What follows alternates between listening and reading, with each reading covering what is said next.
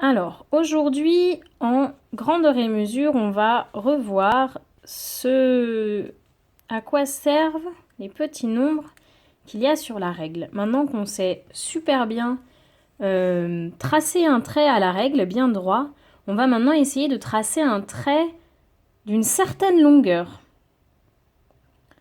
Alors, ici, 0, ça veut dire que c'est le début. Et si je trace un trait qui va de ce 0 jusqu'au 1, ça veut dire que qu'il fait 1 centimètre.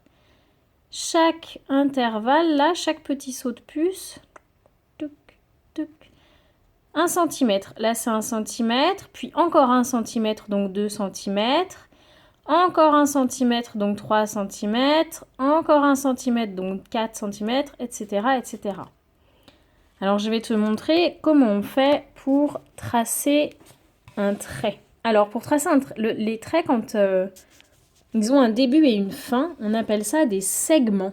Donc voilà, aujourd'hui, je vais te montrer comment tracer un segment. Alors, c'est assez artisanal, j'espère que ça ne va pas tomber.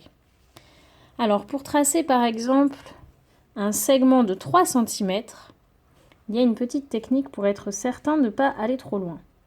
3 cm, donc il faut bien commencer au 0, il ne faut pas commencer là, hein. Ça ne sert pas à grand chose. Donc voilà, 0, je fais un tout petit trait pour dire que c'est le début.